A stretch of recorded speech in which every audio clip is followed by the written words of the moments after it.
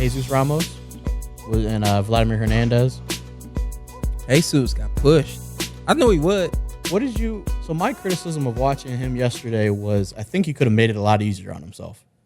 I think he could throw the jab out there a little bit more, maybe move a little bit more, but he wanted to sit there for some reason and exchange. I mean, it was interesting. I mean, he allowed Vladimir to hang around a lot longer than I thought. Yeah. Because Vladimir was super aggressive, and I felt he could counter him, set him up for, set some traps, and he kind of didn't. But at the same time, I think Ramos kind of knew he was going to get the finish at some point. That's what I saw. I felt like he was going to get it. He found his opportunity and got the job done. Yeah. So as long as you get the job done. Very true.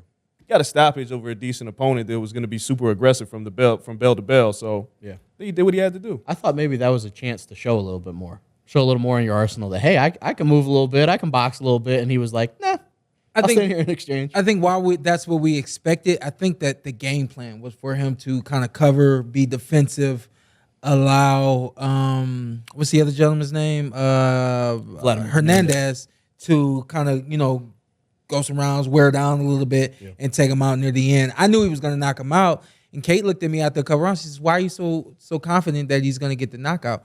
I said, this guy takes too many punches, and he's taking punches from a young guy who got a lot of power. Heavy-handed. He's very heavy-handed. And so I was like, eventually it'll come. And I was glad it did because I was talking to her really sure. Yeah. And like you said, I'm the expert, so everybody believes me. I was like, don't let me down. That's a lot of pressure being the expert. Yeah. Yeah, I like his heavy hands and how he relaxed he is in there. Only question, and I love his age. He's 20 years old. Super relaxed. I was digging very him. relaxed. I dig him.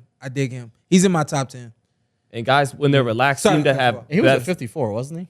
Yeah. Jim at 47. Yeah. He just moved out. He's at 54.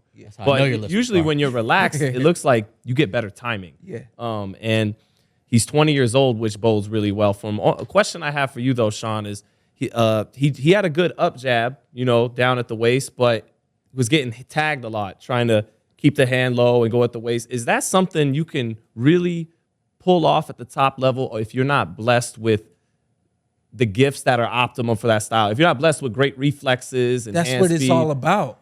Right. So That's what should it's he all maybe about. make an adjustment there and not maybe move away from the shoulder roll? Absolutely. Okay. That's what it's about. I think for a lot of fighters, the shoulder roll is just to look good. Like no young fighters are out there to master the shoulder roll. Mayweather effect.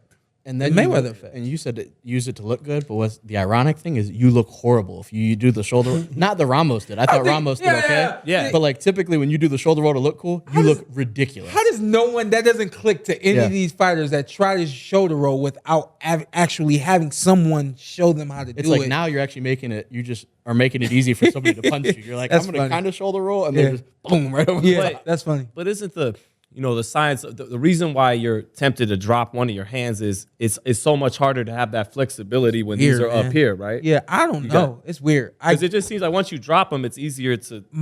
When I they're trained my entire life, like the training was like this, and it was like slowly it was like this, and it just I found a place where I was comfortable, and I did it so much, and my dad would try to force me to get my. And I just try to get him to understand, like, this is where I want to be. But I found where I was comfortable and where I could be effective. And I think that is another thing that these young fighters need to learn how to do. Find the style that fits, of course, your technique, or excuse me, not your technique, your talent and your skill, or what you're gifted to do.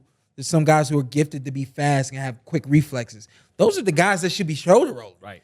If you don't have quick reflexes, if you aren't fast, if you aren't mentally or unconsciously a defensive person, I wasn't unconsciously defensive. I had to learn how to be defensive. I had to learn jab, slip, and things like that, because if my dad didn't show me that, I was coming for your head. You know what I mean? So I think these fighters need to learn how to train according to what they can do, opposed to what they see on TV. And you can like something, but it might not suit you. Yeah. So you can like Floyd, and you can think that shoulder roll, man, that looks so cool, but if it's not you, it's not you. Train to your strengths. I'll never forget Andre Berto fighting. There it is. That's what I'm about to mention. I'll let you do it. It's the Robert Guerrero fight, right? Yeah. Andre Berto comes out in the rematch. Robert Guerrero has the shoulder roll, and I'm like, yo, what are you doing? Everybody thought Forgot about that. Everybody thought that. Everybody in boxing said Everybody, all at one time, we were singing. I don't care where you were in the Everybody. world. Everybody said, "What is he doing?" Cut it out.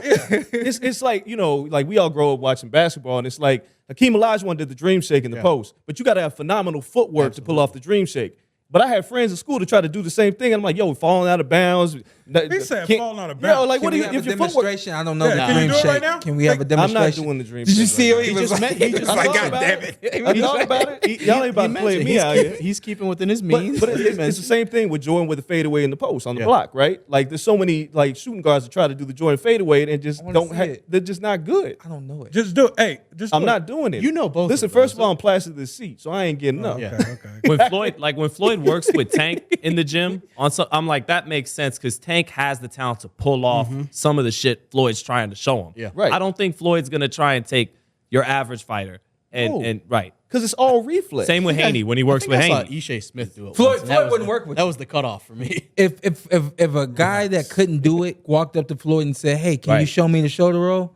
He said, "No, Floyd- you can just roll." Floyd, Yeah. yeah, exactly. Floyd knows what he's looking at, and he knows if you shouldn't be doing that, I'm not gonna be the one. Yeah. And that's what a lot of these coaches and these parents and whoever's behind these young guys, like, hey, get off of the YouTube, get off of, or if you admire it that much, learn how to do it. And I think with Andre Berto, it was just like we held him so high up there. For you to come in the ring switching up your whole style, His traps are too like, big come for on, that. man.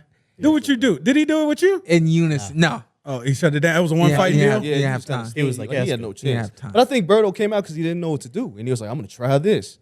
And I know Robert was like, "Oh, that's food. I'm about to eat this. Like, what are you doing? You don't have the reflexes. You don't have the skill." I remember Adrian Broner tried to do it. Yeah. And Adrian Broner fights in modes. Like he's either offensive or defensive. Right. And he doesn't know how to seamlessly shift between it. So when he's in shoulder roll mode, he just stayed there. It was And like, you could just yo, punch away. Yeah, just keep just throwing. like, right. He ain't gonna throw in between your punches. He's just Right. gonna stay there with it.